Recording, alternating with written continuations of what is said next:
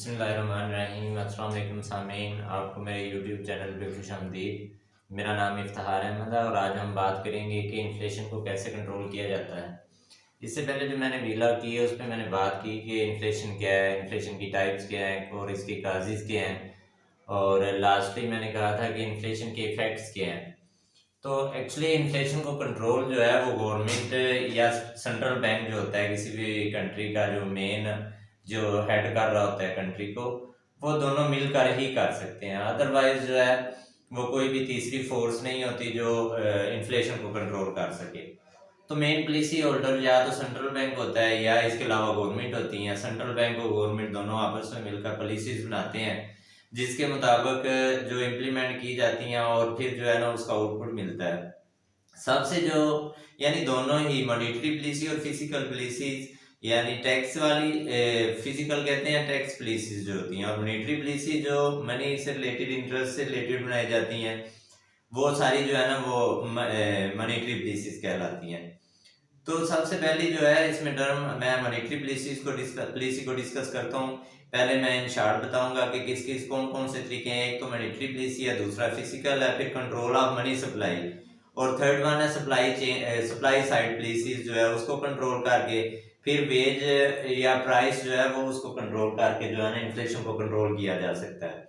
तो monetary terms में क्या होता है, सेंट्रल बैंक जो होता है वो हायर इंटरेस्ट रेट और ज्यादा कर देता है, reduce demand in the economy, ताकि high interest rate reduce the demand in the economy, क्योंकि इंटरेस्ट रेट ज्यादा होता है और ज्यादा इंटरेस्ट रेट जो होता है वो इकोनॉमी में जो है वो डिमांड को कम करता है, leading to power economic growth and lower inflation. इस जब भी इंटरेस्ट हाई किया जाता है तो ये जो है ये इकोनॉमिक ग्रोथ को स्लो डाउन कर देता है, और दूसरी तरफ जो है ये फैक्टर जो है ये इन्फ्लेशन को जो है ये भी कम कर देता है।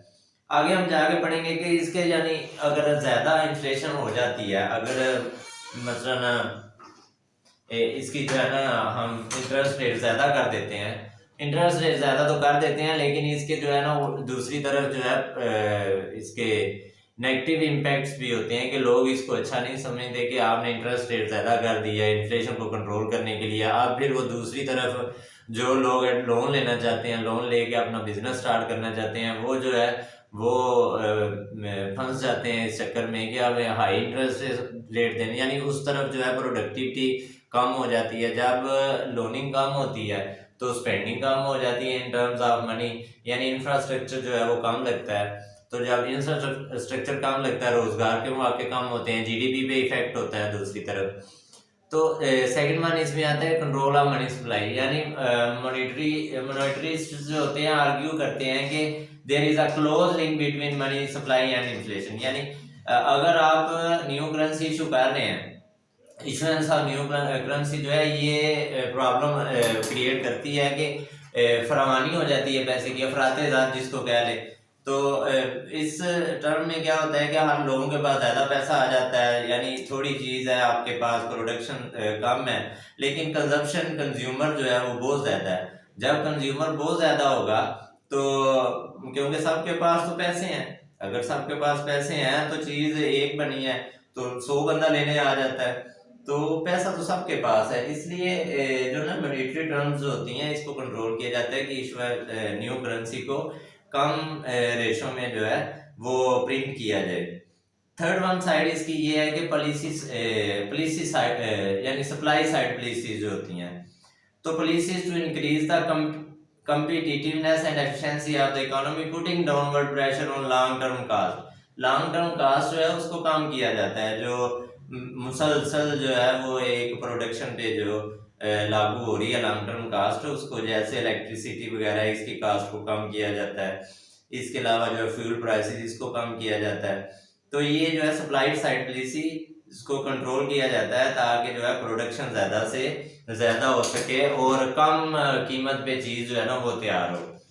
फोर्थ वन ये आता है फिजिकल पॉलिसी, ये मेन है, यानी high rate of income tax could reduce spending, demand and inflationary pressure। तो जब आप इनकम पे, जो भी इंसान की इनकम है, एक सिंगल इंडिविजुअल्स की जो भी इनकम है उस पर आप टैक्स लगा देते हैं, आप जब उस पर टैक्स लगाते हैं, टैक्स क्यों लगाया जाता है? एक्चुअली इन्फ्लेशन होती तब है जब गवर्नमेंट अपना जो है ना डेफिसिट जो है यानी टैक्स में खसारा जो हुआ है उसको, जो उसने एनुअल बजट बनाया हुआ था गवर्नमेंट ने, वो बढ़ गया है, उसमें खसारा बढ़ गया है। तो गवर्नमेंट स्पेंडिंग ज़्यादा है लेकिन टैक्स कम कलेक्ट हो रहे हैं, तो फिर गवर्नमेंट क्या करती है, अब या तो फिर न्यू करेंसी इशू करते हैं, न्यू करेंसी इशू करें तो इन्फ्लेशन बढ़ती है, तो फिर वो क्या करते हैं कि जो इनकम है इंडिविजुअल्स की उस पर टैक्स लगाना शुरू कर देते हैं। जब वो उस पर टैक्स लगाते हैं तो इस तरह जो है टैक्स लगाने से और उनकी स्पेंडिंग जो है वो कम हो जाती है। फिर सारे का सारा यानी ये डिमांड और डिमांड भी कम हो जाती है। दूसरी तरफ एक तो उनकी स्पेंडिंग कम होगी क्योंकि वो इनकम टैक्स देंगे गवर्नमेंट को, उनकी जो इनकम है मंथली वो रिड्यूस हो जाएगी। फिर इसके साथ साथ जो है उनकी डिमांड भी किसी चीज़ की कम हो जाएगी, यानी जो लग्जरी आइटम्स वगैरह वो लेना चाहते हैं या दूसरी प्रोडक्ट्स वो फिर उतनी यूज़ करेंगे जितनी उनको चाहिए, यानी ज़रूरत के मुताबिक इस्तेमाल करेंगे, एक्स्ट्रा जो है वो स्पेंडिंग नहीं करेंगे। तो इसके अलावा इन्फ्लेशनरी प्रेशर को भी ये चीज़ जो है अगर आप इनकम टैक्स लगा दें तो इन्फ्लेशनरी प्रेशर भी कम हो जाता है।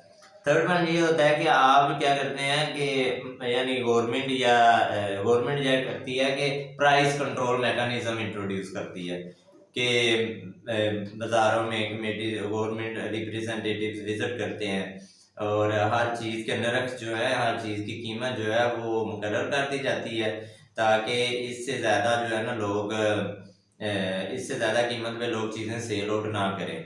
तो इस तरह काफ़ी हद तक जो है इन्फ्लेशन पे कंट्रोल किया जा सकता है कि चीज़ों की कीमत जो है वो यानी अंधाधुंध बढ़ती ना रहे, बल्कि महंगाई को कंट्रोल करने के लिए गवर्नमेंट अपना मुकम्मल एक चेक एंड बैलेंस रखती है उस पर। तो ये मैंने टर्म्स में शुरू में मैंने ये बताया था आपको कि जब गवर्नमेंट यानी रिस्ट्रिक्शंस लगा देती है कि आपने, अब जैसे गंदम का सीज़न है तो गवर्नमेंट कहती है कि 2500 मन की मैंने गंदम उठानी है, अगर 4000 पर 40 kg मैंने गंदम उठानी है तो किसान से, तो वो रिस्ट्रिक्शन लग गई। आप 4000 से ऊपर जो है ना कोई लेगा ना, यानी ब्लैक आप सेल आउट कर सकते हैं, ब्लैक आप बेच सकते हैं किसी भी जगह पे जाके, लेकिन आप अगर डायरेक्ट कहें कि गवर्नमेंट आपसे 4000 की ले लेगी या 5000 की ले लेगी तो वो पॉसिबल नहीं है क्योंकि गवर्नमेंट ने उसकी कीमत ही मुकर्रर कर दी हुई है।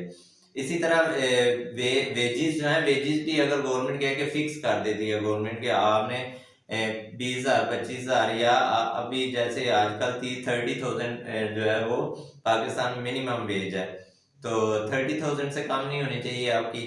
पहले 25,000 थी, फिर 3-4 माह बाद जो है ये गवर्नमेंट आई है जब इसने मजीद कहा कि अभी मिनिमम वेजेस, क्योंकि इन्फ्लेशन बहुत ज़्यादा हो गया तो मिनिमम वेज जो है ये भी ज़्यादा होनी चाहिए। तो मिनिमम वेजेस पर पर्सन जो है वो भी इंक्रीज कर दी जाती है ताकि लोगों में जो है ना मिनिमम वेज एक हद तक रहती है। जैसे मैंने कहा था कि कास्ट पुश इन्फ्लेशन की जब हमने जिक्र किया था कि जो रॉ मटेरियल होता है या वेजेस होती हैं वो बढ़ जाती हैं, तो जो लेबर है वो ज़्यादा वेजेस की डिमांड कर रहा होता है, जबकि दूसरी साइड पे ऐसा होता है कि जो प्रोड्यूसर है जब वो हाई वेजेस लेबर को पे करता है तो वो सारी हाई वेजेस, क्योंकि अगर गवर्नमेंट कहे कि इसको ज़्यादा 50,000 रुपया देनी है पे एक मिनिमम वेज रेट कर दे तो मंथली, तो फिर क्या वो जो प्रोड्यूसर है उसने भी सावधान अपने आप को प्रॉफिट में रखना होता है, या फिर वो ज़्यादा प्रॉफिट कमाने की गर्ज से वो जो कीमत है, जो भी वो चीज़ पैदा कर रहा है उसकी कीमत में ही इजाफा कर देता है। तो इसको कास्ट पुश इन्फ्लेशन में कंसीडर किया जाता है। तो अगर गवर्नमेंट जो है प्राइस कंट्रोल या मिनिमम वेज सेटलमेंट का मैकेनिज्म कोई भी बना लेती है तो इससे भी इन्फ्लेशन पर काफ़ी हद तक काबू पाया जाता है। अच्छा, ये चीज़ें थी यानी मेन चीज़ें जो थी, हाई रेट ऑफ इंटरेस्ट यानी जब कर दिया जाता है हाई, तो फिर इससे क्या होगा जब इंटरेस्ट ज़्यादा हो जाए, इंटरेस्ट ज़्यादा होने से लोग स्पेंडिंग कम कर देंगे और अपने पैसे जो हैं वो बैंकों में जमा करवाना शुरू कर देंगे। बैंकों में जमा करवाने से उनको क्या होगा कि उधर से प्रॉफिट आएगा। इसके अलावा home owner will have to pay increase mortgage payment, तो मॉर्गेज पेमेंट भी जो है वो होम ओनर जो है वो बढ़ा देंगे leading to less disposable income to spend, ताकि जो कंज्यूमर है उसके उसके पास कम से कम पैसे रहें जो कि वो लग्जरी आइटम्स या बाजार में जो है वो जाकर खर्च सके। तो ये चीज़ें थी जो ये मेथड थे चंद एक, जिन पे मोस्टली जो है ना गवर्नमेंट फोकस करती है। फोकस करने के बाद गवर्नमेंट या फिर ये जो सेंट्रल बैंक का तो काम होता है कि वो मॉनेटरी टर्म्स को कंट्रोल करे, यानी वो पैसे को कम इशू करे, इंटरेस्ट रेट से रिलेट करता है वो ज़्यादातर। जबकि फिजिकल पॉलिसी जो होती हैं ये प्योर गवर्नमेंट रिलेट कर रही होती हैं। तो फिजिकल पॉलिसी में टैक्स लगाए जाते हैं ज़्यादा से ज़्यादा इसके मुख्तलिफ चीज़ों के ऊपर, मसलन इनकम पे टैक्स लगा दिया जाता है, क्योंकि उन्होंने अपना बजट को कंट्रोल कर, बजट जो है ना, बजट में जो लॉस हुआ होता है उसको वो चाहती है गवर्नमेंट के वो लॉस को किसी तरीके पूरा किया जाए। तो एक तो तरीका ये है कि मसलन उसको जो है गवर्नमेंट करे कि न्यू करेंसी जो है वो प्रिंट आउट करे, तो उससे भी किया जा सकता है, लेकिन ये इतना कोई अच्छा नहीं है क्योंकि उससे इन्फ्लेशन बढ़ जाती है। फिर गवर्नमेंट क्या करती है कि अगर इन्फ्लेशन को कंट्रोल करना हो तो फिर टैक्स लगाती है इनकम पे, ताकि लोगों की इनकम जो है वो रिड्यूस हो। लोगों की इनकम रिड्यूस होने से लोगों की स्पेंडिंग कम होगी। तो ये था आज का वीलॉग कि इसकी गवर्नमेंट किस तरह इसको कंट्रोल करती है। पहला तो मॉनेटरी टर्म्स में मैंने बताया कि टैक्स रेट बढ़ा दिया जाता है, फिर इसी तरह फिजिकल पॉलिसी मॉनेटरी टर्म्स में बताया कि इंटरेस्ट रेट बढ़ा दिया जाता है, सॉरी। तो दूसरी जो बताया कि फिजिकल में टैक्स बढ़ा दिए जाते हैं गवर्नमेंट की तरफ से, वेजेस को कंट्रोल किया जाता है। फिर इसके अलावा जो प्राइस है, प्राइस कंट्रोल करने का एक मैकेनिज्म बनाया जाता है। उम्मीद है कि आपको समझ आई होगी कि गवर्नमेंट जो है ये गवर्नमेंट और सेंट्रल बैंक कौन से इकदाम करती है इन्फ्लेशन को कंट्रोल करने के। मेरा वीलॉग जो है इंफॉर्मेटिव होता है, आप मेरे वीलॉग को सब्सक्राइब करें। ग्लोबल एजुकेशन हब के नाम से मेरा यूट्यूब चैनल है, तो मेरा नाम इफ्तिखार अहमद है, और बेल आइकन को ज़रूर प्रेस करें। मैं तकरीबन हर रोज़ जो है एक वीडियो अपलोड करता हूँ जो करंट अफेयर्स के बारे में। इसके बाद मेरा जो वीलॉग आने वाला है वो आएगा कि रियल स्टेट को जो है इन्फ्लेशन ने किस तरह इफेक्ट किया है, रियल स्टेट और बैंकिंग सेक्टर को। ये मेरे दो सेक्टर्स हैं जिन पे बात करना बहुत ज़रूरी है, और काफ़ी जो है वो दोस्त हैं जो इस बात पे इसरार कर रहे हैं कि आप इस सेक्टर पे बात करें। तो नेक्स्ट जो मेरा वीलॉग होगा वो रियल स्टेट और जो है बैंकिंग सेक्टर भी होगा कि इनको इन्फ्लेशन ने किस तरह इफेक्ट किया है। तो इस तरह हम मुख्तलिफ सेक्टर्स पे इसके बाद बात करेंगे इंशाल्लाह। मुझे उम्मीद है आपको मेरा जो वीलॉग पसंद आया होगा। बहुत मेहरबानी। अस्सलाम वालेकुम।